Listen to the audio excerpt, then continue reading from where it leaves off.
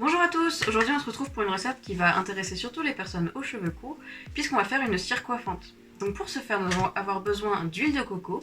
Donc l'huile de coco elle va notamment nourrir et lisser la fibre capillaire, elle va aussi donner un petit parfum de coco, elle va aussi rendre les cheveux plus brillants. On aura ensuite besoin d'huile de jojoba. Alors elle a aussi beaucoup de qualités pour les cheveux, notamment elle va aussi nourrir, elle va rééquilibrer en normalisant la production de sébum. Et elle va aussi améliorer leur brillance ainsi que leur souplesse. Et elle enraye aussi notamment la chute des cheveux et elle redonne aussi de la vitalité aux cheveux secs et cassants. Par exemple, si vous avez des racines grasses et des pointes sèches, c'est l'huile qu'il faut utiliser. On aura aussi besoin de cire d'abeille. Alors vous pouvez utiliser de la cire de candélila qui est plutôt simple. Enfin, ça a souvent les mêmes propriétés que la cire d'abeille si vous souhaitez avoir un produit vraiment vegan, puisque du coup ça vient de ça a une origine animale. Donc la cire d'abeille, ça va être surtout un agent texturant pour solidifier la cire et vraiment avoir ce côté cire, puisque pour l'instant on n'avait que de l'huile. Et je vais rajouter de l'huile essentielle de patchouli. Alors celle-là, elle est donc cicatrisante, antipelliculaire, elle est notamment tonique et elle va aussi être purificatrice. Elle a une petite odeur sympa aussi. Mais si vous voulez mettre une huile essentielle qui a des particularités, vous pouvez les voir sur Aromazone et trier dans le but des essentiels en fonction de ce que vous voulez chez l'huile essentielle.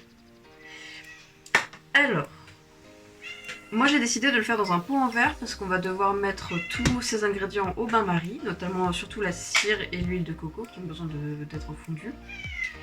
Et ça va être beaucoup plus simple, j'aurai juste à mettre les ingrédients et à le mettre directement dans ma casserole. Et je pourrais juste le laisser refroidir là-dedans.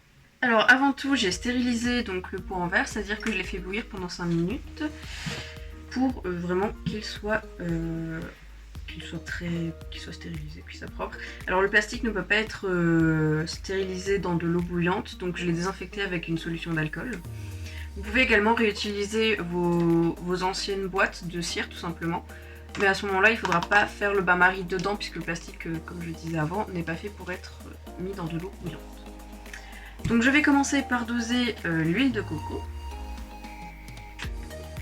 Alors, il en faudra 2 cuillères à soupe, ce qui fait à peu près entre 7,5 et 10 ml.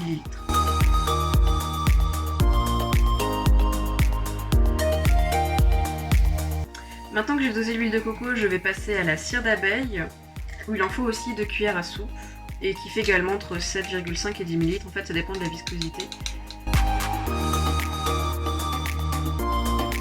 Alors vous pouvez également utiliser de la cire d'abeille jaune, hein, la couleur n'a pas vraiment d'importance. Alors l'huile de jojoba, je vais plutôt la mettre à la fin vu que c'est une huile qui est déjà liquide et non sous forme solide comme l'huile de coco ou la cire d'abeille.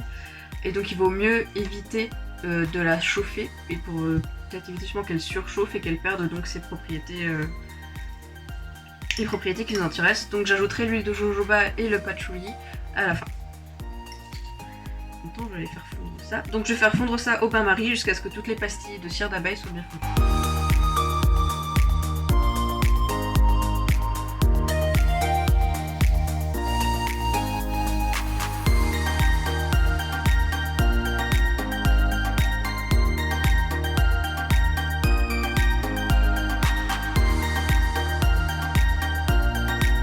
Alors maintenant que c'est fondu, je vais attendre quand même que ça refroidisse un peu pour éviter que l'huile soit quand même trop chauffée, et l'huile essentielle aussi, puisque ça n'aime pas être chauffé.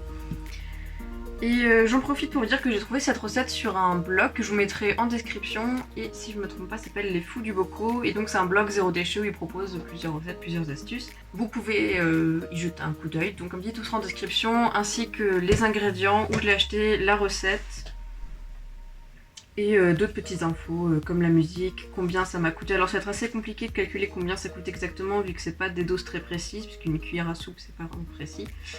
Mais je vais essayer de calculer au plus cher ce que ça pourrait coûter.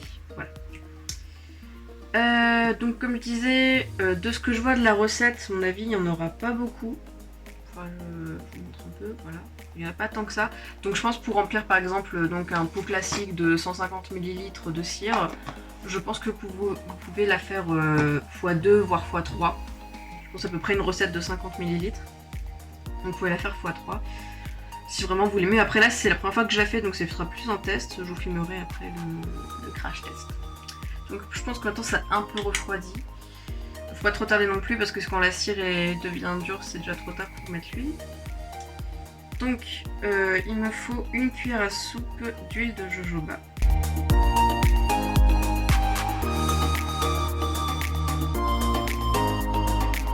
Voilà, et je vais rapidement y rajouter donc 8 gouttes d'huile de patchouli.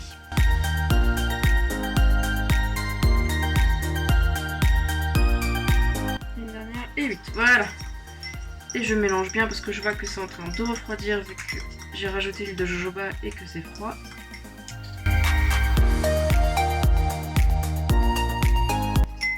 Et maintenant on peut mettre au frais pour que ça refroidisse. Alors du coup ça donne ça, donc le laisser à peu près une demi-heure dans le frigo le temps que ça refroidisse bien, voire une heure si vous voyez que c'est encore un petit peu tiède. Donc ça donne ça, il n'y a pas une très grande quantité dedans, donc comme dit je pense que vous pouvez tripler la recette pour faire un pot de 150 ml.